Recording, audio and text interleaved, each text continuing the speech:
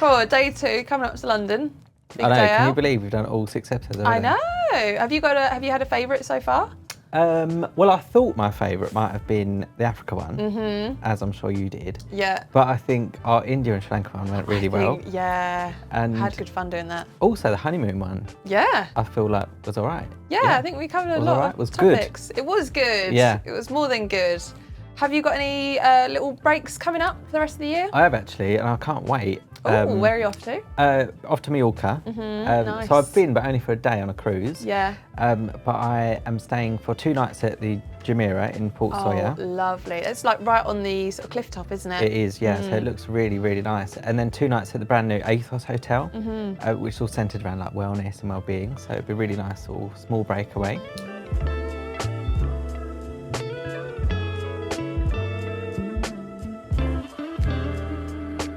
Lovely. Well, I think that leads us perfectly onto today's episode, which Yeah. is all about weekends away, but elevated, isn't it? Yeah. I think we'll cover like exactly why you don't need to sort of dedicate a whole 2 weeks to have sort of a relaxing mini break. No. But also it's nice to have those spontaneous little quick breaks away that recharges your battery, doesn't it? Yeah, absolutely. And it also, you don't always have to have a long weekend in as a city break. Yeah. Absolutely, you can do something more coastal or more rural. So I think we should start by saying a huge thank you to Preferred Hotels, who have hooked us up with this incredible filming location, the BoTree, right in central London. And it's so sunny today. And It's London, really sunny. London in the sun is just, it's like being in a totally different Well, they city, say isn't London's Londoning. it? London is Londoning. Yeah. Yeah. But we've just been for lunch, haven't we, over Hanover Square? Yeah, so close. But yeah, so close. It's ideal location. Lovely. Well, you briefly mentioned that you're off to Mallorca later this year, and I think I'd like to start this go episode for it. because we're talking about weekends elevated, so how to do those kind of shorter breaks and how to get the most of your time and how to do them really well. And we're going to go through some different ideas for our listeners. But if I can start, I had a long weekend myself quite a few years ago in Mallorca. Beautiful hotel, and it was set in this really lovely, it was in the village of Deià, which is quite a sleepy, kind of very authentic, traditional Spanish village. Very bohemian. It's home to a lot of artists, musicians, writers, and just a lovely place to spend a long weekend. And where did you stay there? So I stayed at the Belmond, Oh, the wow. Residencia. Beautiful Incredible. hotel. Yeah. Yeah. And what made it so special? I think with that, it almost felt like you were staying in a Spanish home.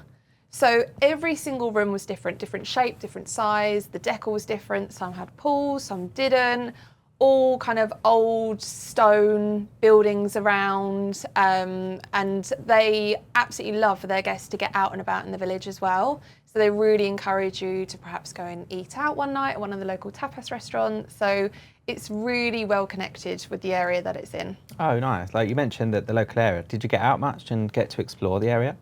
Yes, we did. So on site, they've got some donkeys at the Belmond, and then one of the activities you can do is they set up this really lovely lunch kind of up on the hillside overlooking the village, and you walk the donkeys up through the olive groves, and then you get to the top, and then there's this really lovely spread with all your kind of Spanish meats and cheeses and everything like that. So we did that one day. You can also do olive oil tasting at the hotel. They've got their own bees, so you can go and kind of learn about how they harvest the honey and taste some as well. But we also got out of the hotel. So with certainly the Spanish islands, they have these calas, which are like little covey beach areas, and they're just kind of dotted around the island. And there's one which is maybe a 20-minute walk from Belmond because it's not beachfront, it's inland. So you can walk, and it was such a nice walk. You walk past like huge lemon trees and down little cobbled streets, and then you get to enjoy this pretty much private little beach area because it is a tiny little cove. So yeah, got out quite a bit, Nice, but also yeah. got to enjoy the property and lounge around by the pool as well. And I think what's nice about Palma is that it's only a 2-hour flight, isn't it? So it's super quick for a weekend. Yeah, so quick. And loads of flights. That's so it. It's nice and easy. It lends itself so well. How about yourself? Where have you been recently that you'd recommend for a long weekend? Yeah, so my most recent one actually, I went to Montenegro in May, and what a destination Montenegro is. It's really up and coming. Everyone sort of went to Croatia, and like Montenegro is like the new must go. and they call it like the Montenegro of the Balkans. It's really, really up and coming. The food, the restaurants, everything there is really, really high end. Completely safe, spotlessly clean. Yeah, amazing place. Absolutely. Where did you stay? Which hotel? So we actually stayed at a brand new hotel, the Syro Boca Place, which is sister property to the one and only. Oh, nice. It's all centred around well-being and wellness, nutrition, and the hotel has all like state-of-the-art equipment. So a brand new fitness lab, which is huge actually. So the gym is incredible. So if you're there on a sort of wellness escape, like definitely visit Syro. And did you get to use much of the facilities for the wellness and Yeah, so training? in each of your stay, like when everyone stays, you get one group class included in your stay. So I opted for the morning yoga. Nice. And I know they do like body pump and like other classes as well, but I did the yoga class. But you also get a body composition analysis. So you get what to is meet that? up with a nutritionist. Yeah. I can't remember his name now, but he was excellent, and he told me that I was carrying excess 8 kilos of water, and yeah, he sort of puts you on this machine and like goes right through your body composition, and sort of gives you tips on how you can, you know, not better yourself, but improve certain aspects, like if you want to improve certain aspects. Yeah. But they're only like options if you want them, like you get it, but you don't have to use it. So you don't have to go there on a fitness retreat. Yeah. It's still an amazing hotel. Do they serve alcohol? Do they have kind of like sweet treats? You know, is it totally detox or do they have those? So they have the Syro kitchen, which is Mediterranean, you know, cuisine. But you don't have to have, you know, like salads all day, and you know, they will have like macros on the menu, so you will see your protein, carbs, and everything per meal. But you don't have to. I mean, I was having burger and chips and gin and tonic. Like they do serve it all. Nice. But you can be really healthy if you want to be. And I thought what was nice actually, like if you are there for recovery and to use the fitness facilities, they have like a protein bar, like a protein shake bar, so you can just get one of them as well. So there was like small little touches like that as well that sort of elevated that. But also its location, it was like a 5-minute walk into Port Montenegro, so you can see over sort of the port itself, but it's only a 5-minute walk away. And there's so many bars and restaurants, and it's always nice to be on a marina anyway, isn't it? Yeah. Well, did you manage to get out much? We did, yeah. So we did quite a bit actually. I was only there for 3 nights, but we did a mountain bike tour. And actually, thank God, there was electric. And I used the electric the whole way. Yes. Apart from the downhill bit, actually. But it was really, really steep. There was a couple that, you know, did it. Yeah. Hardcore Completely the whole manually. way through. But God, they was out of breath at the end. So I was there sitting pretty at the end. So we did that, which was a really nice way to see Montenegro. We also did and I think it's a must if you go to Kotor, is a boat trip. And we did a boat trip from Port Montenegro to Kotor itself, which is an ancient walled city. And you go right through the bay, which is really, really impressive. It's like the fjords, but the Balkan version.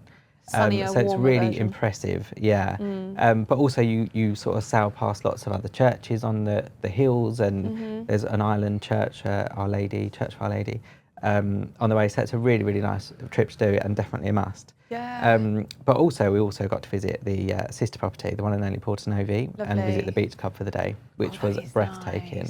Nice. The situation of that, or the location of that hotel, is outstanding. So it was really nice just to chill there for a couple of hours. Well, it sounds like you did so much. I mean, how did you get there as well? Was it quite easy to get into? It's really easy. There's direct flights into Tivat, 2 hours, and again, the flight times are really good, like morning flights out of London, and then 10-minute transfer from the airport. It's quick, isn't it? So we all got there and was like, wow, like this is perfect for what we're here for. Yeah. The weekend. A little long weekend. Yeah. Absolutely.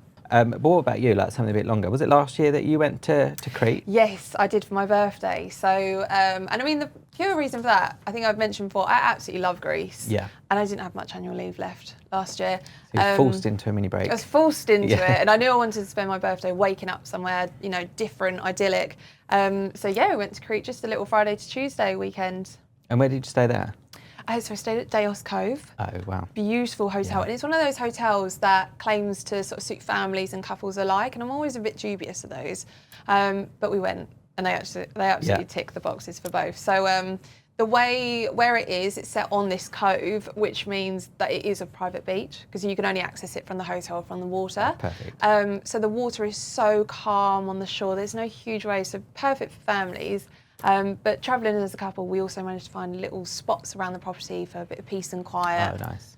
Yeah. And did you together manage to get out and explore the area? Like, Greece is really easy to get around, isn't it, when on these islands? Yeah, so we had 3 full days. So the first day we just chilled at the hotel, kind of got to know that location a little bit more. They have a couple of different pool areas, but we mainly spent the time on the beach.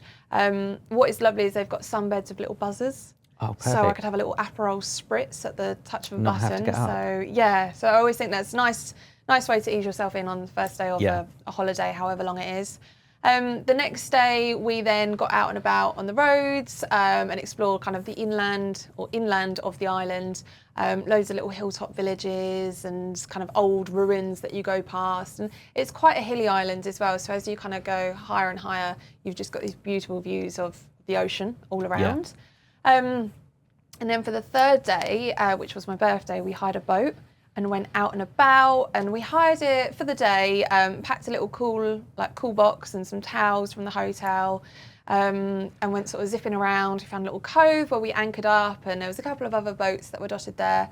I did that in Corfu. It's such a nice thing to do, isn't it? Nice. Hire a little So boat private. and just go on your own into these little coves and restaurants that you can pull up to. Yeah, well, this is it. And then we actually went for lunch. At a restaurant where it had its own pontoon, and I'd never seen this before. And they almost had, because you could only access the restaurant by boat or like sort of walking down this hill, it's in this tiny little fishing village. They actually had a pontoon with like a boat like valet. And I mean, we only had, I say boat, we had a tiny little motorboat. Nothing fancy. And as we sort of got closer to the pontoon, we just sort of threw the guy the rope and he said, I'll park it. Oh, wow. And we hopped out and he parked our boat for us. I know, I've never had anything like that. And then we went up and had this incredible sort of seafood lunch.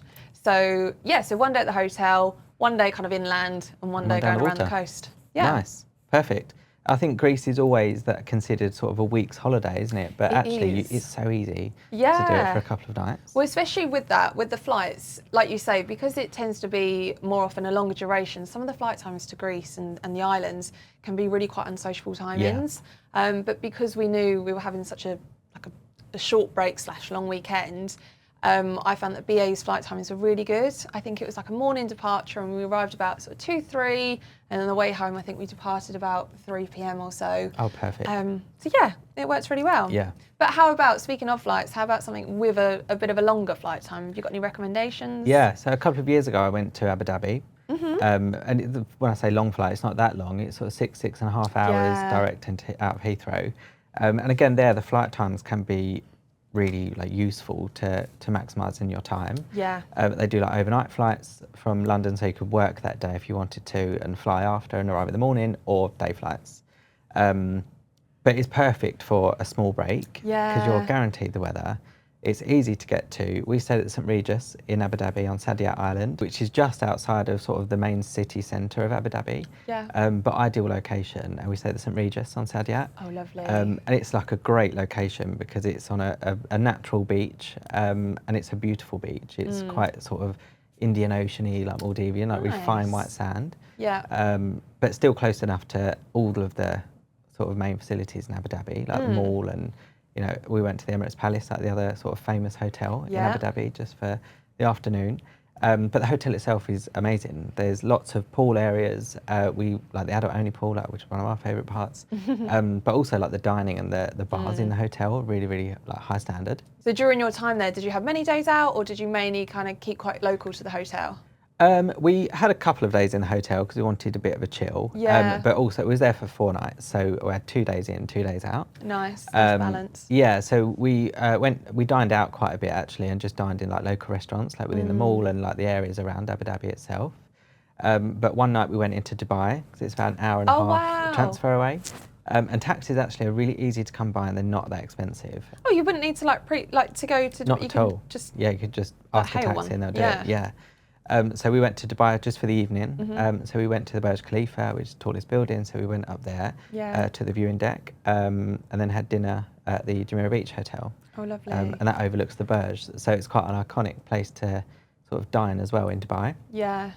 And then we went to the Yad's Beach Club for the day. And then, the rest we just sort of chilled in the hotel and you know, had a bit of a rest and recovery. Sounds couple perfect. Of days. Yeah. Yeah. But yeah, really nice. What about you, Gemma? What about like a no-fly option? So for a no-fly option, I would suggest, I did it a few years ago, we went to Champagne. So we took the Eurostar to Paris, changed, and then picked up almost like a branch, you know, direct train to Epinay. So Reims is kind of the capital of the Champagne area. It's a little bit more built up, it's a bit busier, but we were staying somewhere more rural, closer to the vineyards, so we could offer Epinay. I've been wine tasting a couple of times actually, like in South Africa, but how does it differ sort of in the Champagne region?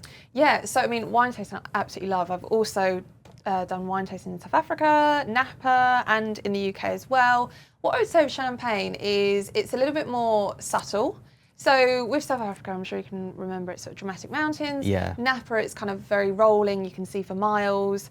With Champagne, it feels a lot smaller, but it feels a lot more traditional as well. So you've got kind of like little stone buildings, it's a little bit more historical. In terms of the wine itself, it's a lot stricter. So obviously only wine made in Champagne can be called Champagne. Everything else is sparkling. Also in the Champagne area, you've got a lot of the big names, but you've also got a lot of small names, and very often the vineyards have been in the families for generations.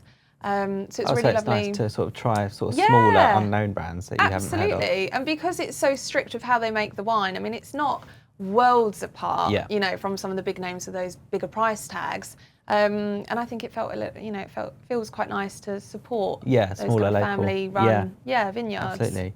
And did you manage to sort of get out and explore the Champagne region much when you were there? Absolutely. So we hired some bikes and sort of got around that way, booked on for some wine tastings, of course, loads of little local restaurants, which was so lovely to see. The best time to go is summer. It's a lot more picturesque. It's very green. You've got all the grapes on the vines still.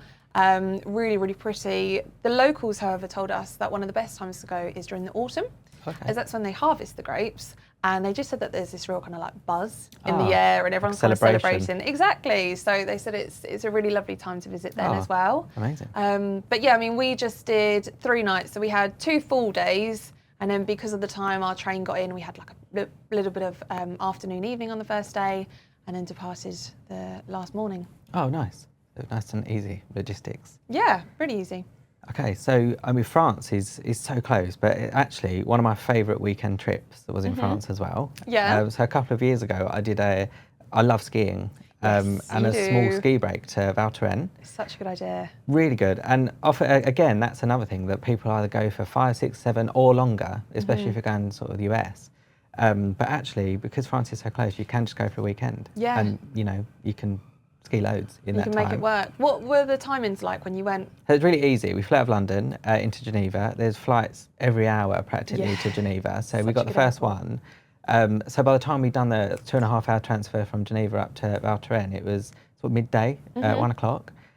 We got all our ski gear straight away, ski passes, so we didn't have to worry about it the next day. Yeah. And then just wandered around Val Thorens, had a bit of lunch, got our stuff, and you know, got to know the town a little bit. Yeah. So we didn't have to waste time the next day. That sounds really quick, but also quite smooth as well. Really smooth, yeah. Yeah. So how many nights did you stay for? So we stayed for 3 nights, so we can get 2 full clear days skiing. Nice. And sometimes that's enough. I was just about to say, yeah, it's, to be honest, it is enough, especially if you're doing it all day. Even if I go for a week, like a couple of hours a day is fine for me. Yeah. Even a little day off is fine. But then you almost feel guilty, don't you, if you do take a day or half a day off when you've paid for your lift pass for the week. Exactly. Yeah. And we just got the passes for the 2 days, and it was nice and easy. But yeah, we had 3 nights. So the first day or afternoon, we just sort of mooched and had a wander around Val Thorens.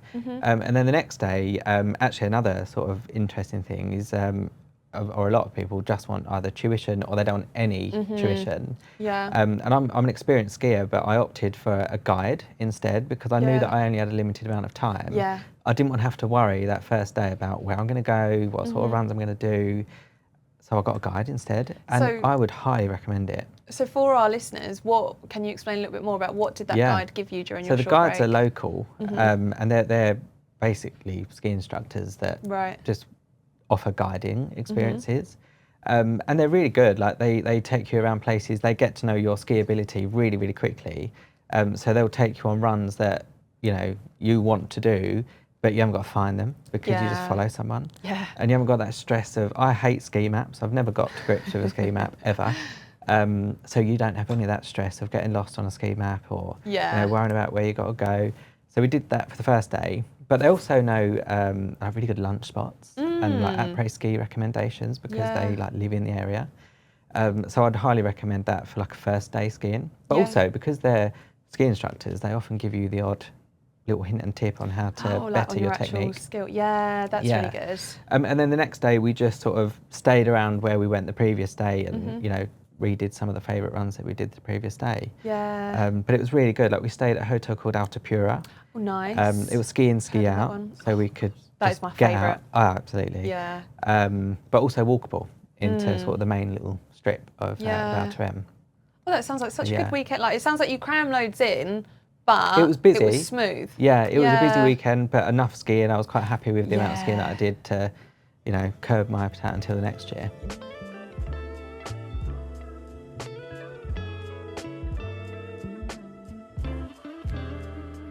So, shall we go into our regular segment, our little check-in, check-out game that we like to play? So, for the listeners, we'll choose 5 kind of buzzwords or, you know, quick rounds to do related to the topic that we've just been discussing. So, for this one, it's all about long weekends. The first one, airport fizz at 6 a.m. Check in or check out? I'm checking out. You're checking out? I don't like it at all in the morning. I don't know why. For me, it just doesn't sit right. No, too but early. I know you're the opposite. Oh, absolutely. I'm checking in on that. It's a holiday. It's a glass of fizz. Yes, please. Hand luggage only. Check in, check out.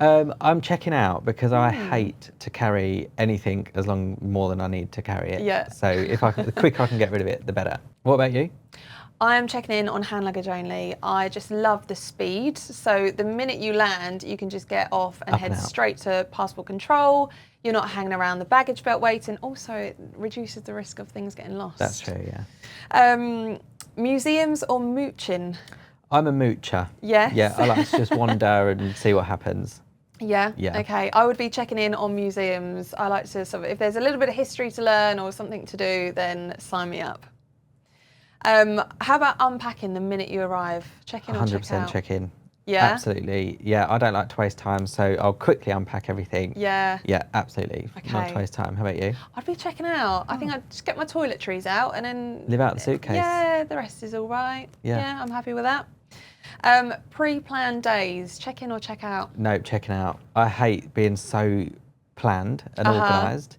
So I'd rather just sort of have a little Google on the day. It depends where I'm going, obviously. Sometimes you have to be a little bit more organised, but no, checking out as a rule. How about you?